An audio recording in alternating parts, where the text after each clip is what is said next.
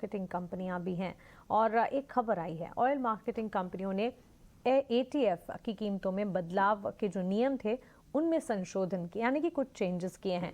क्या है ये चेंजेस और इससे जुड़ी डिटेल्स क्या हैं, इसके मायने क्या हैं, ये जान लेते हैं। बताने के लिए हमारे साथ हमारे सहयोगी प्रकाश जुड़ गए हैं। प्रकाश, बताएं, ओएमसीज ने एटीएफ कीमतों में बदलाव के नियमों में क्या चेंजेस किए हैं?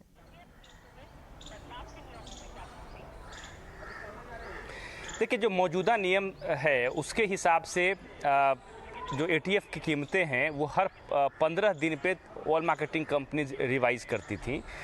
लेकिन आपको जैसा कि पता है, पिछले कुछ समय से क्रूड की कीमतों में लगातार तेज़ी बनी हुई थी। हालांकि अभी कुछ नरमी की स्थिति दिख रही है, लेकिन जब कीमतों में काफ़ी तेज़ी देखने को आई और लंबे समय तक तेज़ी बनी रही, उसके बाद एविएशन कंपनीज ने पेट्रोलियम मंत्रालय से इस मसले पर संपर्क किया।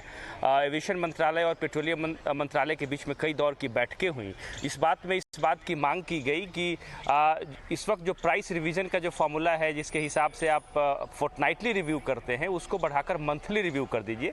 इससे ये होगा कि जो फ्लक्चुएशन है उसको कम करने में मदद मिलेगी, प्राइस में थोड़ी स्टेबिलिटी आएगी और इससे एविएशन कंपनीज को कुछ राहत मिल सकती है, क्योंकि उस वक्त कीमतें लगातार बढ़ रही थी।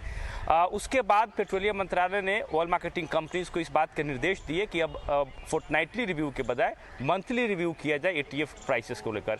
इस आदेश को लागू कर दिया गया है और सूत्र हमें बता रहे हैं कि पिछला रिव्यू जो है उसको ऑयल मार्केटिंग कंपनी ने टाल भी दिया। मतलब पिछला जो 15 दिन पर रिव्यू होना था उसको नहीं किया गया। अब जो नेक्स्ट रिव्यू ड्यू है वो 1 अक्टूबर को होना है। तो इससे उम्मीद ये की जा रही है कि जो एविएशन कंपनीज हैं उनको राहत मिलेगी, क्योंकि उनके टोटल ऑपरेशनल कॉस्ट में 50-55% के आसपास जो है एटीएफ का ही कंट्रीब्यूशन है। और क्रूड की कीमतों में तेज़ी की वजह से एटीएफ के दाम बढ़े हैं, इससे उन्हें काफ़ी नुकसान हो रहा है। लेकिन इसके एक दूसरा पहलू भी है, जैसा कि हमें सोर्स बता रहे हैं पेट्रोलियम मंत्रालय के अंदर, कि अगर क्रूड की कीमतों में लगातार गिरावट का दौर जारी रहता है, ऐसे में अगर मंथली रिव्यू किया जाता है तो फिर एविएशन कंपनियों को नुकसान है। लिहाजा इस विकल्प पर भी विचार किया जा रहा है और ये खुला हुआ है कि अगर कीमतों में गिरावट का दौर लंबे समय तक जारी रहता है तो फिर से इसको फोर्टनाइटली आधार पर रिव्यू किया जाएगा, ताकि एविएशन कंपनीज को राहत दी जाए। इसके अलावा ओवरऑल एटीएफ प्राइसिंग का जो मॉडल है, जिसको कि डुअल मैकेनिज्म आधार पर भी तैयार किया जा सकता है, इस मसले पर सरकार एक पॉलिसी बना रही है और उम्मीद ये की जा रही है कि अगले महीने तक उसको जारी किया जाए।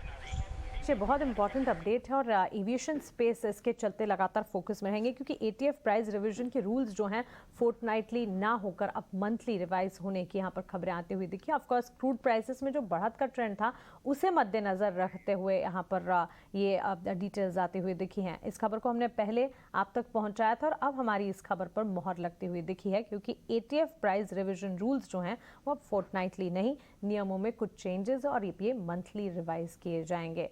ऑफकोर्स इसमें एक और एडिशन जो प्रकाश ने हमें आकर बताया वो ये है कि अगर क्रूड के प्राइसेस में गिरावट का ट्रेंड जारी रहता है तो फिर एविएशन कंपनियों के लिए फिर से नुकसानदेह हो सकता है। तो इन हालातों में फिर से फोर्टनाइटली प्राइस रिविजन के संकेत मिल सकते हैं, लेकिन इस वक्त एक महीने में ये प्राइस रिविजन्स होते हुए दिखेंगे। तो ET Now स्वदेश की खबर और इस खबर पर मोहर लगती हुई इंडिगो का स्टॉक देखें। स्वाति, इस स्टॉक में एक मूवमेंट जरूर है।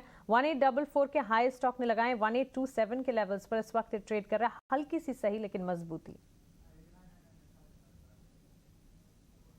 बार क्लस्टर सपोर्ट्स दिखाई दिए, अभी भी ये 50 DMA के ऊपर वेल ट्रेड हो रहा है। तो मुझे लगता है 1800 लेवल काफी स्ट्रॉन्ग सपोर्ट लेवल माना जाता है ये पर्टिकुलर स्टॉक में। अगर ये तोड़ देता है तो मुझे लगता है हमें 50 एक पॉइंट का डाउनफॉल देखने मिल सकता है, जो कि 1750 1720 तक जा सकता है। बट ओवरऑल व्यू मेरा कॉशियस ही रहेगा, बिकॉज 1900 अपसाइड में वो ब्रेक नहीं कर रहा है। जब तक उसके नीचे ट्रेड हो रहा है तो ये प्रोबेबली कंसोलिडेशन फेज में जाएगा। It will remain intact within a range of 1800 to 1900। तो as of now long position initiate नहीं करने चाहिए अनलेस एंड अनटिल ये 1900 का ब्रेकआउट नहीं देता है। तो it's avoid signal from my and. View watch list में डालें 1900 के लेवल्स को एज ब्रेकआउट लेवल देखें और इन लेवल्स पर ही कोई पोजीशन लेने की राय। इस वक्त न्यूज़ फ्लो है जिसके चलते एक मूवमेंट है, लेकिन करंट सिचुएशन को देखते हुए कोई पोजीशंस नहीं बनानी चाहिए।